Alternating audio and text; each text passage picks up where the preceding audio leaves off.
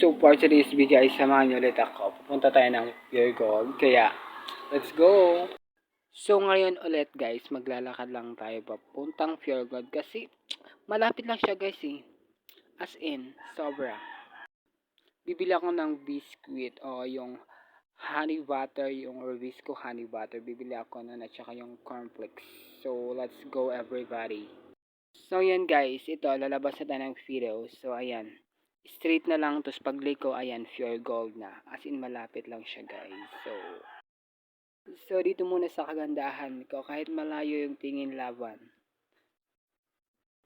At sa wakas, guys, narating na nga natin yung Pure Gold. Oh.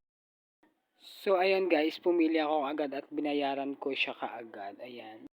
So, yun, guys, maglalakad lang din tayo pa uwi kasi hapon din naman at saka hindi na masyadong mainit. Kaya, let's go, maglalakad-lakad na tayo. At pagdating ko nga guys ay bumili ka agad ako ng mangga. Kasi sobrang tamis ng mangga na tarosi kaya bumili na kayo. Dito lang yan sa Feed Extension. So yun lang.